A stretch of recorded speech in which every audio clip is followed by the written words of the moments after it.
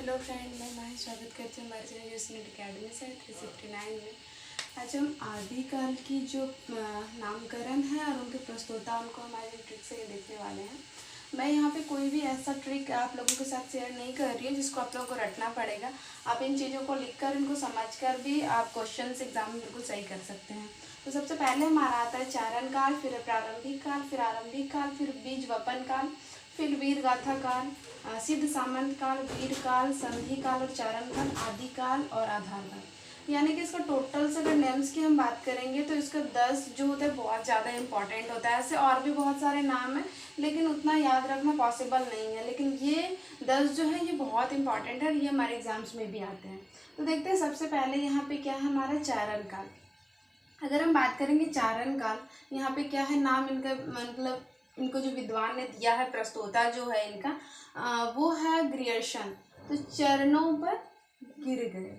अब मान लीजिए कि ग्रियर्सन जब हमारे देश आए थे तो वो तो अदर जगह के थे, तो वो क्या हुए, मतलब कि हमारे देश आए वो चरणों पे गिर गए। चरणों पे गिरे कौन? ग्रियर्सन। तो यहाँ पे आप लोग इस तरह भी लिख सकते हैं, चरणों पर गिरे ग्रियर्सन। ठीक है, ये चीज हो गया एक हमारा। फिर देन आता है प्रारंभिक काल, मिश्र बंधु। अब हम कोई भी चीज का प्रारंभ करते हैं, यानी कि हम कोई कंपनी बना रहे हैं, मान लीजिए, ठीक है, कंपनी बना रहे हैं तो हम लोग बंधु यानी कि भाई, बंधु का मतलब क्या होता है? भाई होता है। ठीक है, तो हम लोग क्या करते हैं, बंधु मिलकर उन चीजों को क्या करते हैं, प्रारंभ करते हैं। तो प्रारंभिक काल किसने कहा है? मिश्र बंधु ने। ये हो गया यहाँ पे। देन उसके बाद आता है आरंभिक काल। आरंभिक को हम शुभ आरंभ से याद करते हैं। कैसे हम याद करते हैं? शुभ आरंभ। शुभ आरंभ कैसे होता है? शुभ के साथ आरंभ, शुभ आरंभ। तो यहाँ पे ये चीज याद रखना है कि प्रारंभ हम क्या चीज का कर रहे हैं, कोई कंपनी वगैरह का कर रहे हैं, उसमें हमें बंधु की जरूरत है। ठीक है, तो मिश्र बंधु।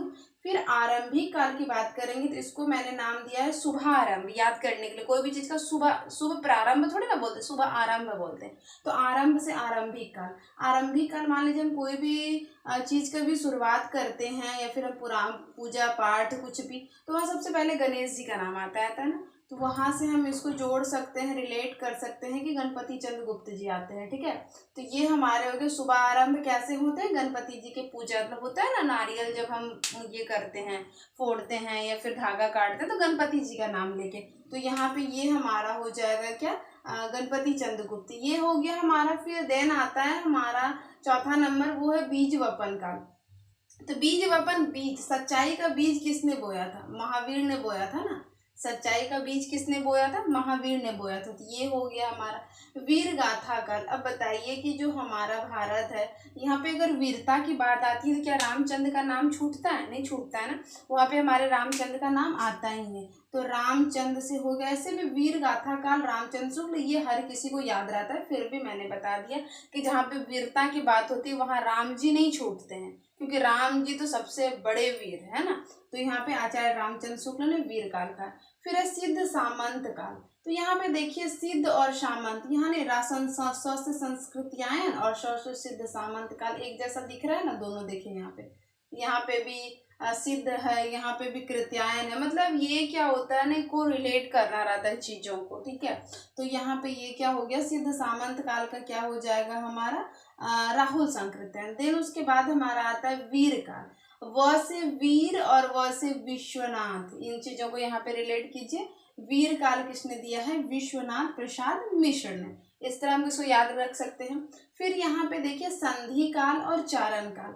राम कुमार की बात हो रही है। अब बताइए, यहाँ पे रामचंद्र शुक्ल है, ये मुझे उम्मीद है कि हर एक स्टूडेंट को वीर गाथा काल याद ही होगी, इसको हम नहीं बोल सकते हैं।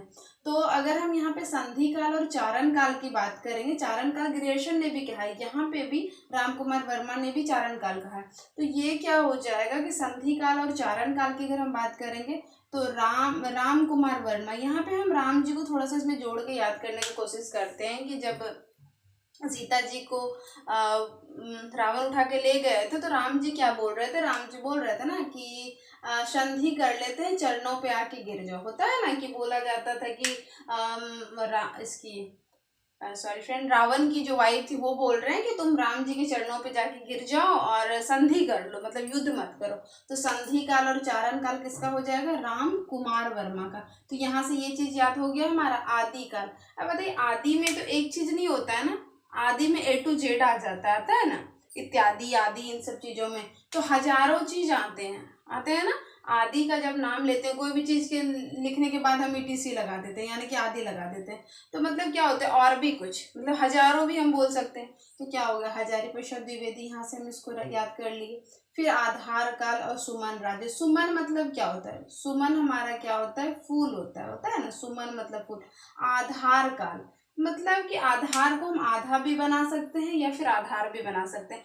मतलब मान लीजिए कि कोई प्रेमी प्रेमिका उस टाइप से, तो मतलब उनको बोलने जाना है, क्या चीज का आधार? सुमन का आधार लेके बोलते हैं ना कि मैं तुझे पसंद करता हूँ या फिर जो भी। तो उस टाइप से भी आप याद रख सकते हैं। दूसरा इसका ट्रिक है, आधा अगर हम बोलेंगे तो आधा से हो जाए। किसी को भी हम पुष्प देते हैं तो आधा नहीं देते हैं, पूरा देते हैं, लीजिए, इस टाइप से होता है ना। तो यहाँ पे ये हो जाएगा आधार काल सुमन राज्य। ये बहुत ही आसान सा ट्रिक है, मुझे उम्मीद है कि इसको एक दो दफा पढ़ लेने के बाद ही, वीडियो देख लेने के बाद भी याद हो जाएंगे। जैसे मैंने एक बार फिर से रिपीट कर दे रही हूँ इनको। चारण काल, चरणों पे गिर गया कौन? गिरियर्षण, ठीक है। देन उसके बाद आगे प्रारंभिक काल की बात करेंगे। मिश्र बंधु, बंधुओं ने क्या किया है? चीजों को प्रारंभ करते हैं, बंधु के साथ मिलकर, भाई के साथ मिलकर। देन उसके बाद आता है आरंभिक काल। आरंभिक को मैंने क्या कहा? शुभारंभ। शुभारंभ यानी गणपति चंद्र गुप्त जी हो जाएगा, ठीक है। बीज वपन, सच्चाई का बीज किसने बोया है? महावीर जी ने, हमारे महावीर स्वामी ने बोया है, तो महावीर प्रसाद द्विवेदी। वीर गाथा काल, वीरता के नाम आती है तो रामचंद्र का नाम आता ही है। और ऐसे भी आप लोगों को ये वीर गाथा काल नाम याद ही होगा, क्योंकि इस पे बहुत सारे विवाद भी चले हुए हैं वीर गाथा काल नाम देने के लिए। आचार्य रामचंद्र शुक्ल ने 12 ग्रंथों का आधार मानकर इनको नाम दिया है। तो इस कारण से मुझे उम्मीद है कि ये आप लोग को याद ही होगा। सिद्ध सामंत काल, सिद्ध सामंत कैसे दिखने में लगते हैं? राहुल संकृत्यायन जैसे नहीं दिख रहा है, इनका वर्ड देखिए, बड़ा जैसा सिद्ध सामंत यहाँ लिखा है, यहाँ पे संकृत्यायन बड़ा जैसा लिखा है। 100 को रिलेट कर दिए हम। सिद्ध सामंत काल, राहुल संकृत्यायन। वीर काल, विश्वनाथ प्रसाद मिश्र। वीर काल किसने दिया? विश्वनाथ प्रसाद मिश्र ने। वीर काल वैसे वीर काल, वो से विश्वनाथ प्रसाद, ये याद हो गया। संधि और चारण काल, राम जी जब सीता को, सॉरी, रावण जब सीता को लेके गए थे तो क्या कर रहा था? उनकी, रावण की वाइफ बोल रहे थे संधि कर लीजिए चरणों पे गिर के राम का। तो संधि करने बोल रहे थे चरणों पे गिर कर, तो क्या? राम कुमार वर्मा, ये चीज को यहाँ पे ध्यान देना है, ठीक है। फिर यहाँ पे है आदि काल। आदि में हजारों चीजें आती है, हजारी प्रसाद द्विवेदी। आधार, जब हम किसी को कोई बात बोलते हैं तो फूल का आधार लेते हैं ना, सुमन राज्य, ये हो जाएगा। तो ये मैंने आप लोगों से आज शेयर किया है आदि काल की नामकरण और उनके प्रस्तोता कौन कौन रहे। मुझे उम्मीद है कि ये बहुत ही आसान ट्रिक है और आप लोगों को याद भी हो गए होंगे। अगर आपको किसी भी हिंदी साहित्य में कोई सा भी टॉपिक डिफिकल्ट लगता है, याद नहीं होता है, तो आप मेरे साथ शेयर कर सकते हैं उन चीज़ों को। मैं कोशिश करूँगी कि उस पर मैं कोई अच्छा सा ट्रिक बना कर मैं याद करवा पाऊँ। मुझे उम्मीद है कि ये वीडियो आपके एग्ज़ाम के काम जरूर आएंगे। अगर आप टीजीटी पीजीटी हिंदी लिटरेचर या फिर किसी भी हिंदी सब्जेक्ट से किसी भी मतलब एग्ज़ाम की तैयारी कर रहे हैं, तो आप मेरे साथ जुड़ सकते हैं। मेरी ये वीडियो आप लोग के एग्ज़ाम के लिए यूजफुल रहेंगे। हाँ, अगर आप यूजीसी नेट की तैयारी कर रहे हैं तो मैं 100 क्वेश्चंस प्रैक्टिस सेट लेके आ रही हूँ, बिल्कुल हम बोल सकते हैं पेपर वाली प्रश्न। तो जरूर आप लोग देखिएगा। मिलते हैं नेक्स्ट वीडियो में, तब तक के लिए थैंक यू सो मच।